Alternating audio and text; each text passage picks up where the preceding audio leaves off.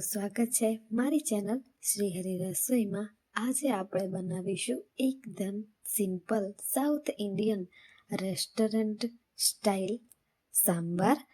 આ સાંભારને તમે ઇડલી, ઢોસા, વડા સાથે પણ ખાઈ શકો છો। તો ચાલો બનાવવાનું શરૂ કરીએ। તેના માટે સૌ પ્રથમ મેં અહીંયા તુવેરની દાળને ધોઈને લઈ લીધી છે। ત્યારબાદ આપણે તેની અંદર બટેટા અને દૂધીને એડ કરવાની છે। ત્યારબાદ આંબલી એડ કરી દઈશું, હળદર પાવડર અને પાણી એડ કરી અને આપણે તેની સારી રીતે કૂક કરી લેવાનું છે। તમે જે પ્રમાણે ખાટું ખાતા હોય તે પ્રમાણે તમારે આંબલી એડ કરવાની। હવે અહીંયા ફ્રેશ નારિયેળને આપણે લઈ લેવાનું છે।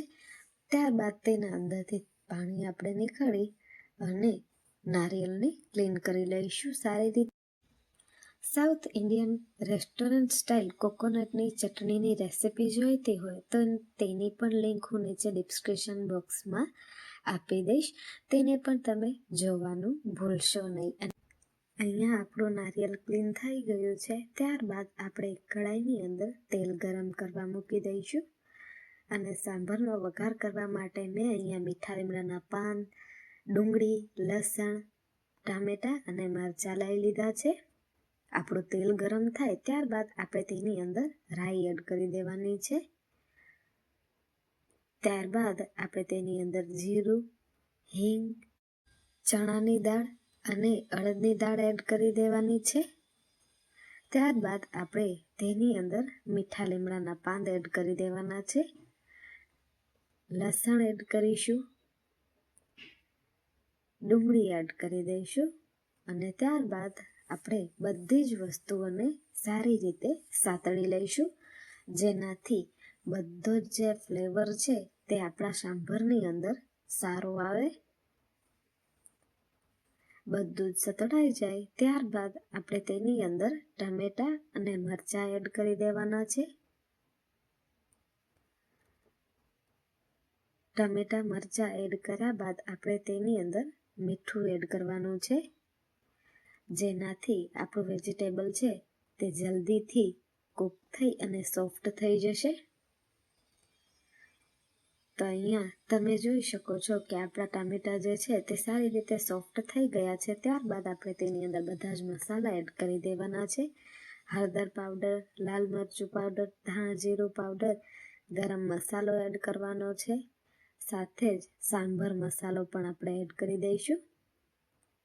બધી જ વસ્તુઓને આપણે સારી રીતે મિક્સ કરી લેવાની છે। તો અહીંયા આપણો મસાલો જે છે તે સારી રીતે વેજીટેબલ સાથે મિક્સ થઈ ગયો છે। હવે આપણે તેની અંદર બાફેલી દાળ એડ કરી દઈશું। તો અહીંયા અત્યારે તમે જોઈ શકો છો કે આપણા બટેટા અને દૂધી જે છે તે આખા લાગી રહ્યા છે, પણ આપણે જ્યારે પાણી એડ કરી અને સાંભારની કન્સિસ્ટન્સી સેટ કરીશું ત્યારે તેને આપણે સાથે મેશ પણ કરી દેવાના છે, જેનાથી આપણું સાંભાર જે છે તે એકદમ ઘટ્ટ રસાવાળું લાગશે। તો અહીંયા તમારે સાંભાર ઘાટું અથવા તો પતલું કરવું હોય તો તે પ્રમાણે તમે તેની અંદર પાણી એડજસ્ટ કરી શકો છો।